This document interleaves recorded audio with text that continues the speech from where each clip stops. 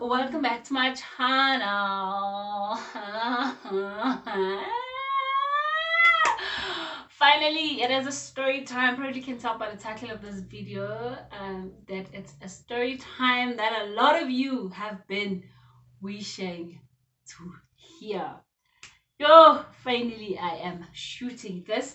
If you're new, please do subscribe, click on notification bell, comment down below, and give this video a thumbs up. My name is Nkolo PK, the famous bishop's daughter. And if you're a regular on this family, thank you so much for coming back. I hope you're also gonna enjoy this video. I don't think you'll enjoy it, but I think you'd like the video. Yeah, apparently gonna like the video, so please do give it a like.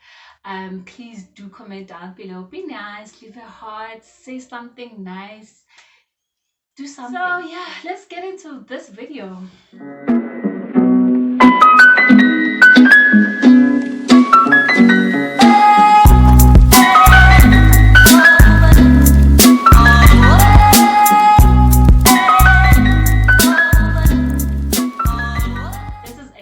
First time I'm talking about this story.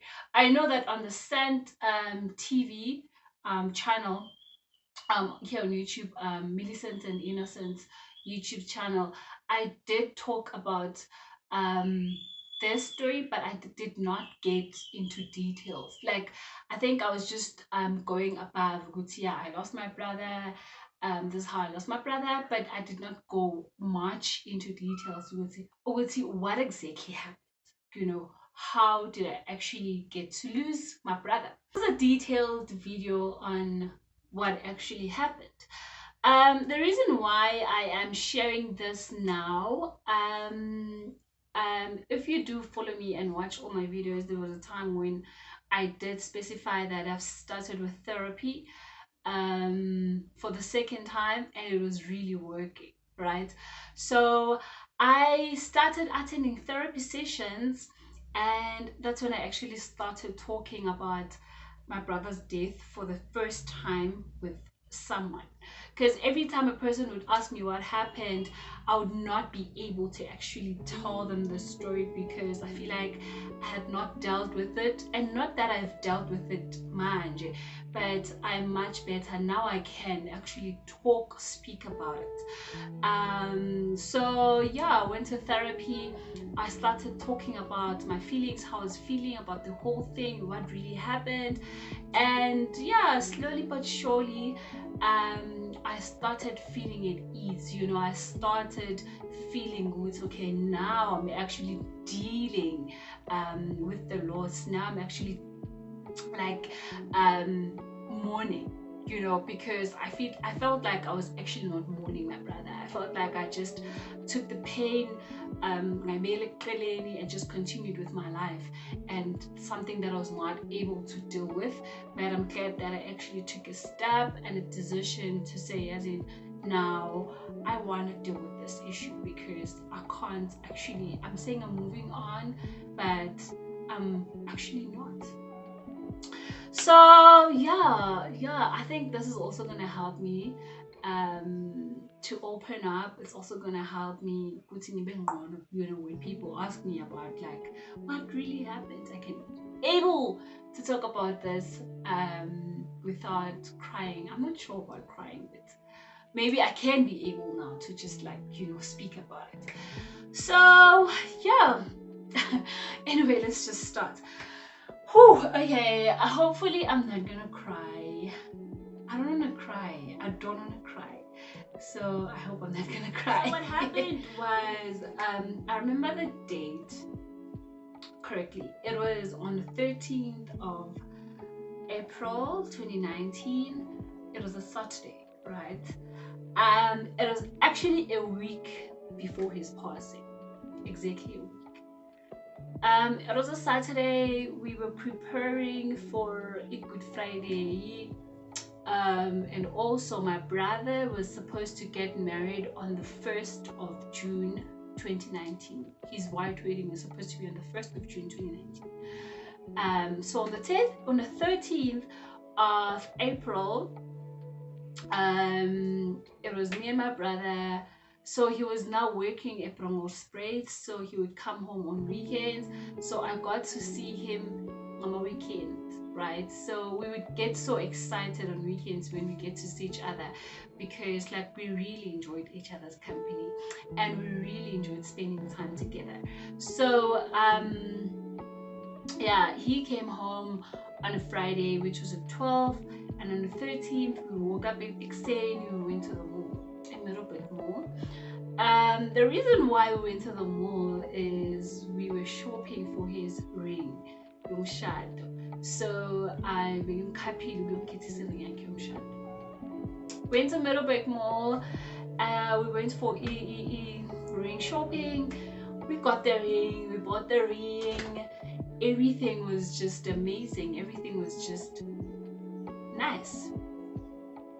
And then ended up buying things that we did not go to the mall for. For example, I remember he even bought a suit, because near Good Friday, like abazalwane, there's this thing that they do before the actual white wedding, like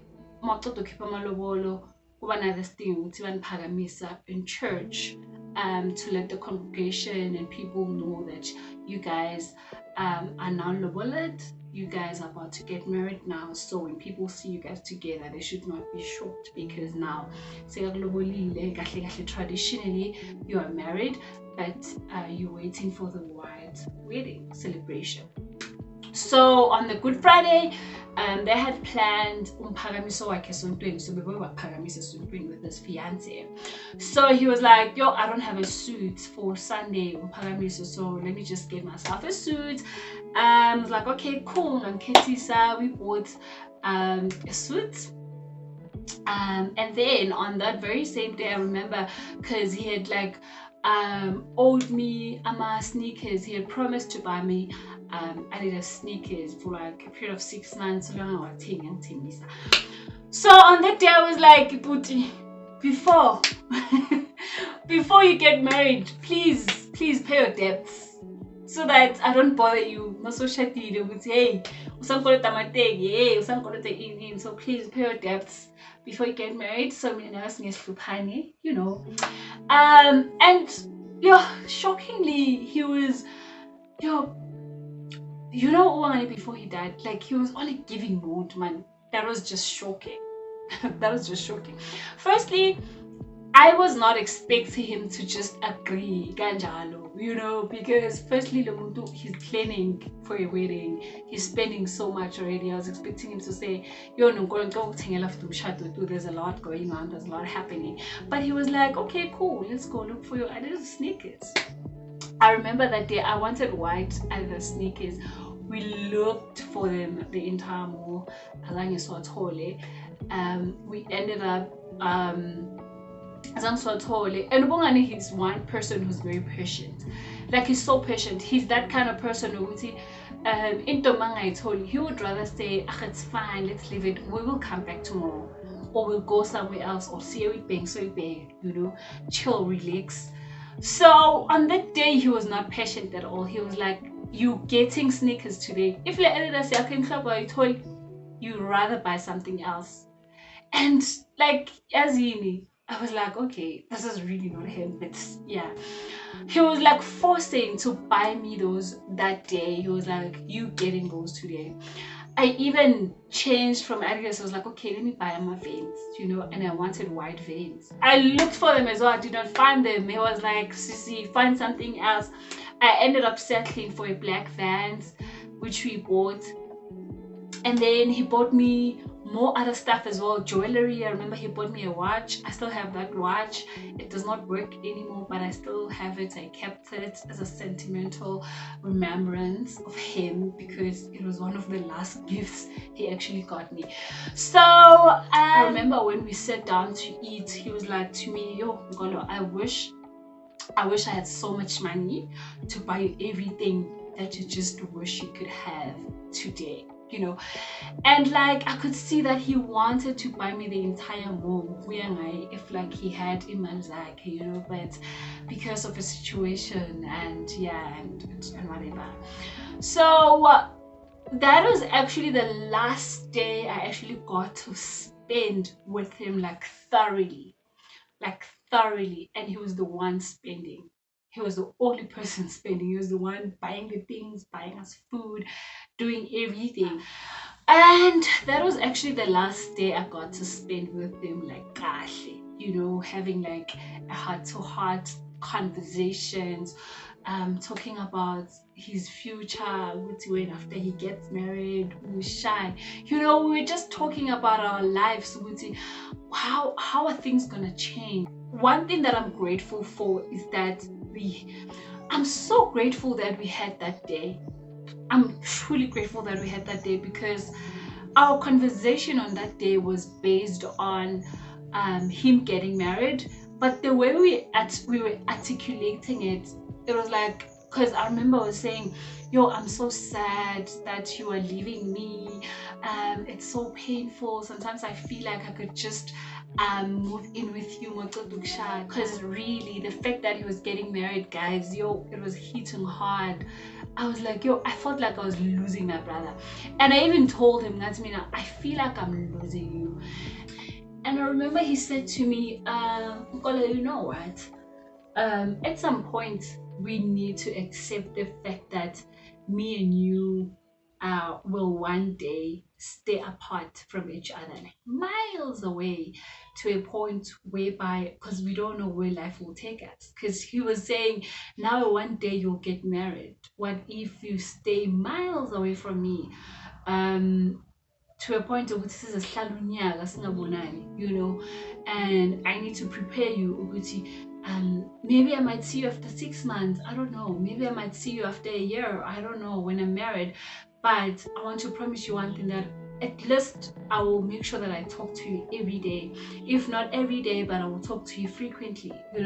And he was saying so many things that made sense, because we don't know what the future holds. We might not see each other for the very longest time, and we had to prepare ourselves for that, both of us, because we're both so attached to each other. And I had to accept, to a point. I remember my mom even said, I think you guys need to go for counseling before Bongani gets married, because I feel like it's gonna be so hard for the both of you. So that day, it was just a preparation of so many things, man. It was just an emotional preparation that I did not know then. I only knew after. I was, okay, this person was actually preparing me. So yeah, a week later, which happened to be a Good Friday, on the 19th on the 19th of April 2019. So he was working that week, and on that Friday he was working also in night shift. So on Thursday night, after his night shift, he drove home. He came home. So he was using my mom's car that week. He drove home. He bathed. We prepared for church. We went to church. They saved us. On my Friday first service, it's always like taking, because people are late. So the first service is like, people are like, abantu are still getting in the feet of a Good Friday. So on the first service, the praise team was actually not there. Okay, it was me and two other ladies as well. So they were late. So yeah, we were just not feeling that service. Minanje, honestly, I was just not there. And Ubongane was so angry at us because we didn't want to sing. So he was so mad at us, and then he sang the entire service alone. Mind you, this person plays keys at St. Louis, so he's the one playing keys at church.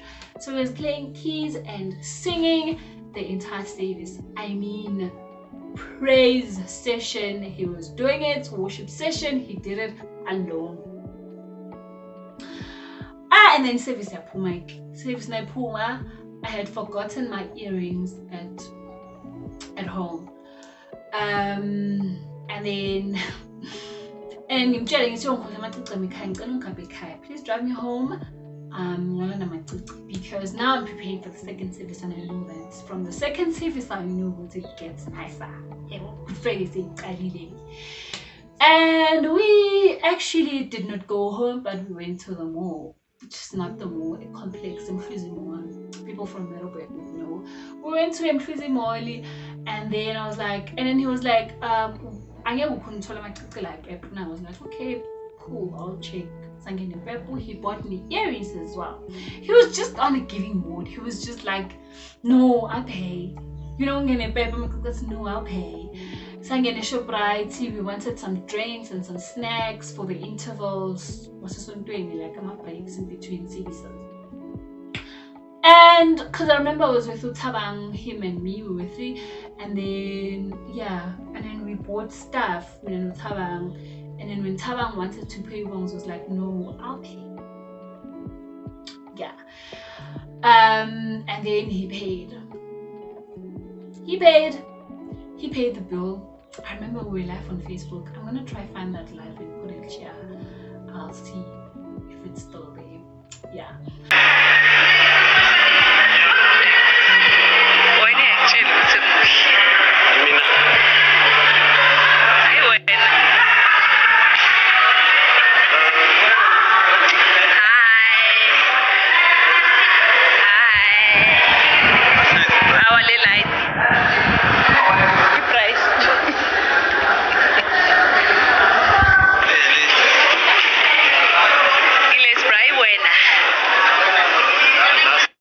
Drove back to church.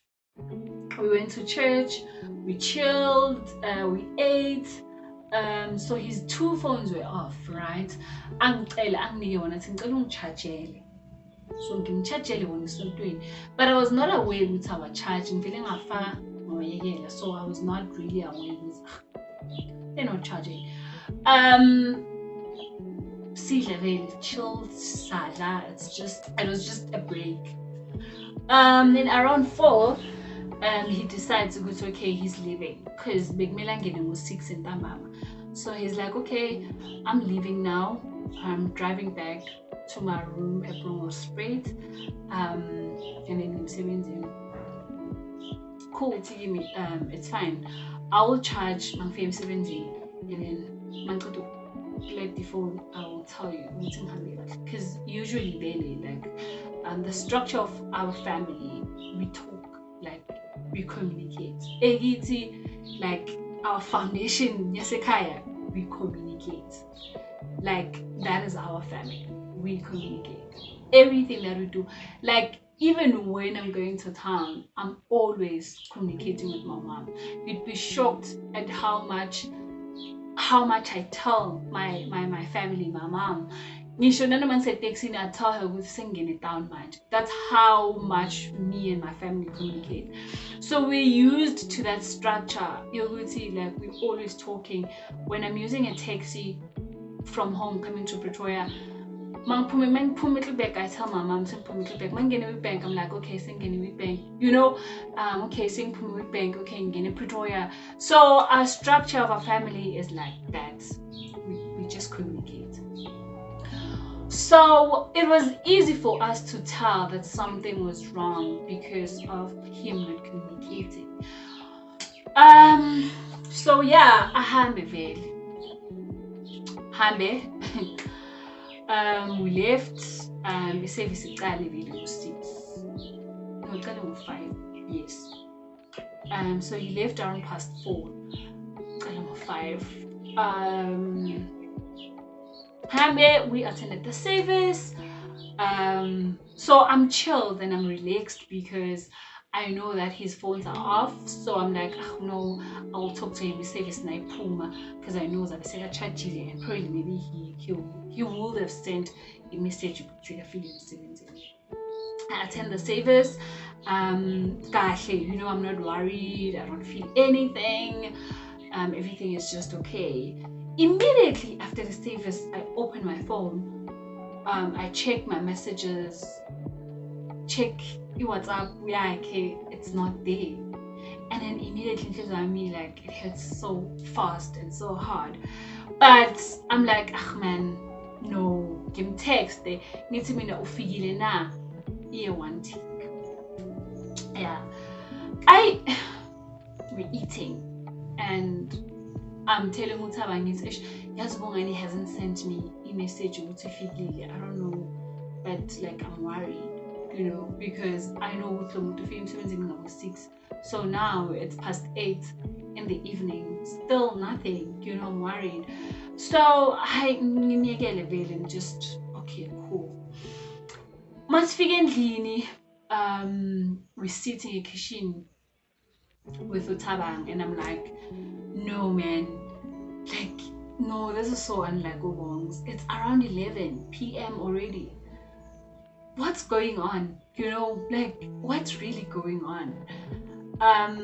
No, it's so unlike him. I call him. I think that night I left him 50 missed calls or something because I was really not having it. I was like, no, this is so unlike him. By this time, video call because Magaselen's in a shift most of the time. He would video call me, we would video call each other. And also since Good Friday, I know that he wants to hear about the evening savers. He wants to hear so much what happened. So we managed to have video call at tea time because I know we're gonna 6 8, 9, it's his tea time, so he usually video calls me around those times. But it was like something is just off. Cool, slowly really. Call it a night, we sleep. In the morning,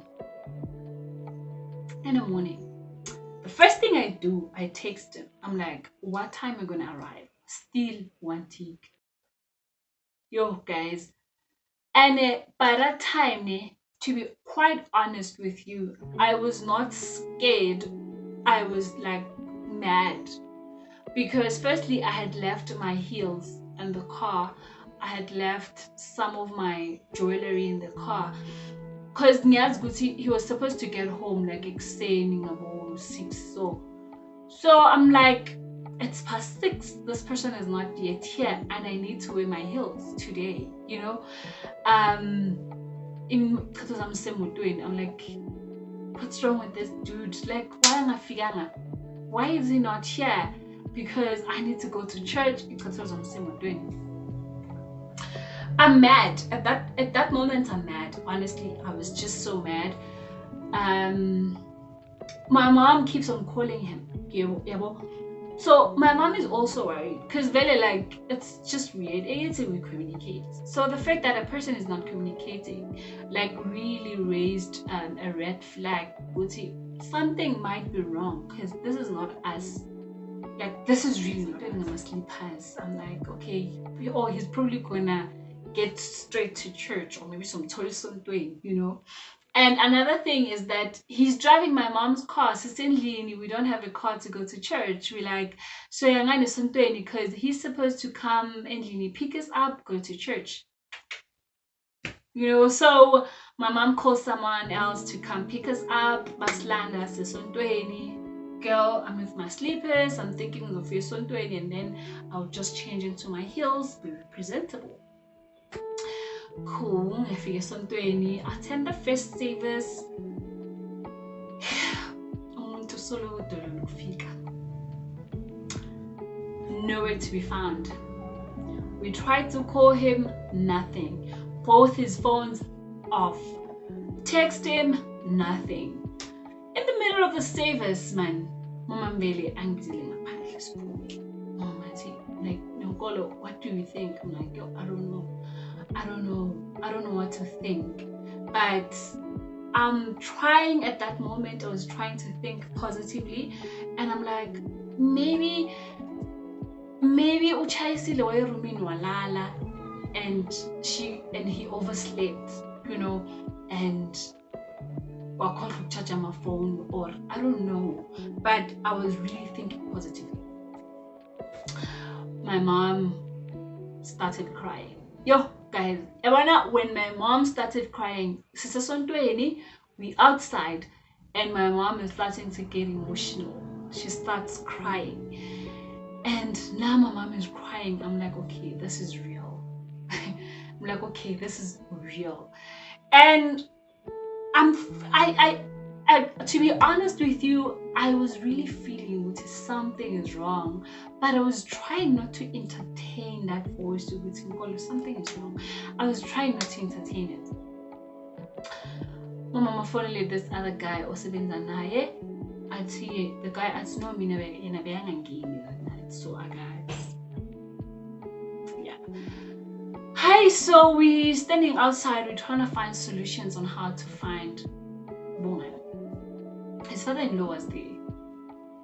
So we decided, you know what? Let's just drive to his work. There and there. Because now my mom is crying. And my mom is stressed out. His father-in-law asked, it's fine, let's just go. Some chicken seventeen. My mom really insisted, yeah, we must leave. Cool. It's me, my mom, and Bong's father-in-law. We drive, we leave Middleburg, we drive to Wheatbank. On our way to Wheatbank, father-in-law was like thinking, maybe so when we drive to Wheatbank, we're probably gonna find him in and was taking my phone off, like he had nothing, he did not know what to do. So must have a Wheatbank, we're just looking maybe in maybe something. We don't see any of that. Yeah, we did not see any of that. So must get Wheatbank. I remember say, oh man, I have a number supervisor. I call his supervisor. I'm like, oh Njani, I've been trying to get hold of Ubongani. He came to work yesterday. Can you still something? Atigini, no, Ubongani did not come to work yesterday. And Natisi worried because Ubongani has never ditched work without any good explanation. Like, so Magalovile says it's either it's a valid reason, and we are both. So yesterday I was fearing and he did not report. So not we actually worried with what's going on. At that moment I felt my legs freezing. Literally. I remember when cleaning up Pambili, Mama mover, and then his father-in-law was driving. My legs froze. Band at the same time. I looked at my mom at the back. That's when I actually started crying. That's when it started hitting me, because it was like, no ways. No ways. No freaking ways. How can this guy say Ubongani did not come to work? I knew at that moment something was really wrong. I told my mom, my mom cried. My mom cried. We decided to go to the police station. So my promote bank it down, there's this other police station far from Imalahleni FM. We go to the police station. And in a corner we go there, we're thinking what's me bambo pela my ticket, because I knew that he had my ticket. So I'm like, maybe they valid because Good Friday, bambo pela my ticket. I'm like, because of my ticket, I'm a new. So we go there and checking of that. Nothing serious. Like, we're not even thinking of accidents, we're not even thinking of like any sort of, we're just thinking of my ticket, something like that. We get there, naspika bayachecka vele, bachecka amagama, bachecka ukuthi abantu abathethe izolo, bayachecka bathi hayi akekho Ubongani. Yo, now we're stressed. We're like, okay, what are we gonna do? So the other officer at Tigiti, I think you guys need to go to a salary bank just to check, we checked every ward. There's no name that really says Bongani Memuka there. Bazame shem ukusisiza esibhedlela bathi hayi no, akekho umuntu by that name here. And we did not intake any accidents yesterday, you know. And then the esibhedlela bathi, but go to the mortuary side of the hospital just to check, because sometimes if when an accident and then people died, babaletha esibhedlela, abashonile babayisa straight to the mortuary side. So go to the mortuary side just to check ukuthi bona didn't they get idona. Yo, yabona, at that moment when they sent us to the mortuary side, I knew man ukuthi it's getting real. Literally shaking like this, walking in that hallway, you be a mortuary, like I was like shaking like this. Yo. And then when we got there, we got this other 3 nice ladies. They were so nice, shit. Got them sababuza, but you know, when they did not receive any borders yesterday, bakuphone, you know, bafonela abantu, asking, and then they make a call in Clairefontaine police station. And then Clairefontaine police station, but they did intake accident. But there were accidents. I intake Ilizolo that they were handling the Clairefontaine bank. So can you please come that side to check like kila ma accident enzekile ayikho le yakubomantena yakubona lekho lapho na. Yeah. And at that moment, I'm like, why are we now checking mortuaries? Like, why are we now being sent to mortuaries? Like, so why me listen to mortuary? Like, I don't understand. Like, at that moment, that moment,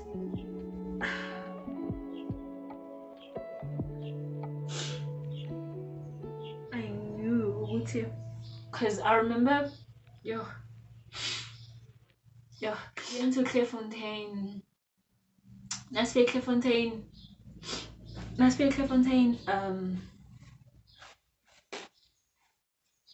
just there at the reception,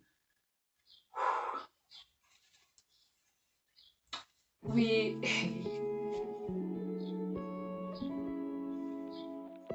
like we're looking for women in book.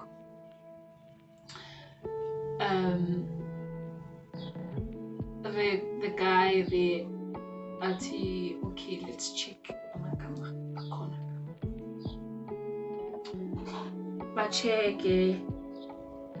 Bacheke names, and so when they were checking my mom and Wong's father-in-law, bahleli emabhentshini there, and I'm just standing there because I'm looking at this 2 policemen looking at me there, well, not that far, but just at his table, and I hear the other police guy, the only accident that we recorded yesterday, it's silver gray. Guys, at that moment I knew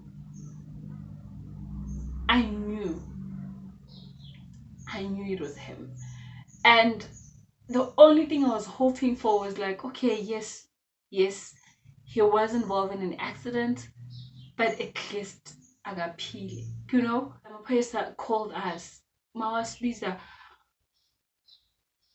The other one, was okay, it was a silver. So the other white guy now explains, it's okay, yes, it was a silver gray car that collided with a taxi. 3 people died, 2 males and 1 child. It happened just between Middelburg and Witbank, so they're not sure if the person we're looking for, maybe it's one of the guys abashonile. So they were like, please come, let's go identify the bodies, because we don't know. Um, don't know. So now we're following this white guy, and on my way there, I'm just like doing a short prayer. I'm like, God, let this not be a woman. Let this not be him. Let this not be him. Let this not be him. Get inside. We sit in the couches, and he's like, I'm still going to open the mystery. I'll call you guys when I'm done. He goes inside.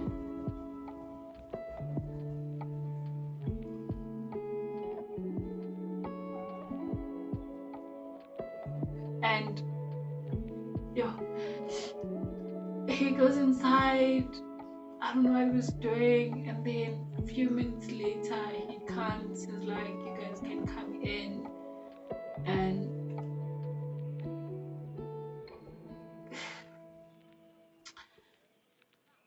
just net masicito ngena emnyango, the second fridge, it was just him lying on the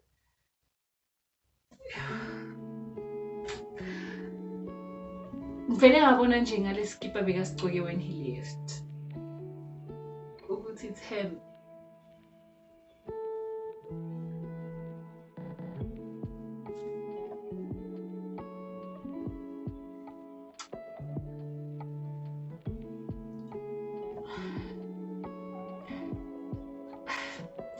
That was the hardest day of my life. That was the most painful day of my whole entire life. I feel like there was a better way he could have died when, like, cause he was brutally hurt. Like you could see, like the takes it just went straight to him. Like, and I looked at him lying there, lifeless, full of blood. Like every time I imagine that moment, I could literally still smell the blood all the time, like even now.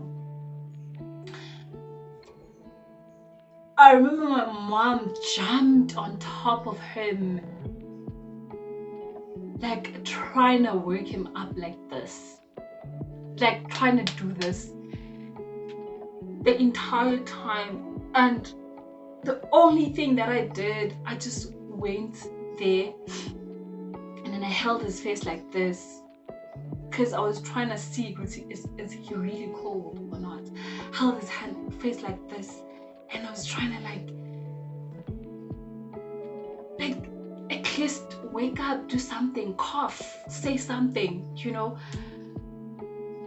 And it was just blood all over his face, all over his t-shirt. He was just brutally hurt. Yo.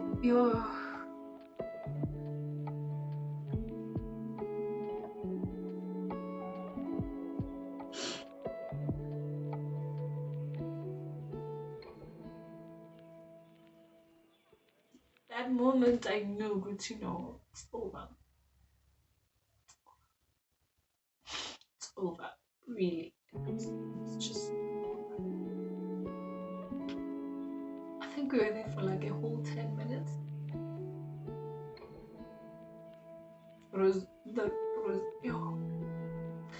We were just so much in disbelief. I was like, no, like I would touch his face for some moments, leave it and be like, no, because I feel my hands would be so cold, and I'd touch him again and be like, no, like I'm just in a dream, and I know I'm gonna wake up from, you know. I was like, no. And Yo, guys. Yo. Oh, I will never forget that day. It's a picture I will never forget for the rest of my life. I feel like also identifying his body was one of my biggest mistakes that I had to make. And I regret that decision because I'm left with that picture for life. Like every time I think of that moment, Jay, it's I become a mess, you know, and I I really really I really really regret it. I really really regret it. Honestly, that's how we found out that he was dead. And he had died on the same Friday that he left when he dropped us off at church at past 5 in the evening. So he left around past 4, and then at quarter past 5 he had the accident and he died immediately at the accident scene. And yeah, that's how my brother died, and that's how we found out about his death. The car was beyond repair. It was bad. It was bad. And yeah, that was the first day of a beginning of a new journey. A very weird journey. Very weird journey. Even today, I'm still trying to find words to put together, you know, describing this whole journey that I'm in, this whole new experience that we just had to go through. Like, it's just weird. But yeah, didn't think I'd cry. But anyway, I think I'm just gonna end this vlog here. Vlog. I think I'm gonna end this video here. Whew! I'm gonna end this video here. So yeah, guys, thank you so much for watching. Please do give this video a like. I know it's a sad video, but please give it a like. Say something sweet in the comment section. I'm just gonna end this video here.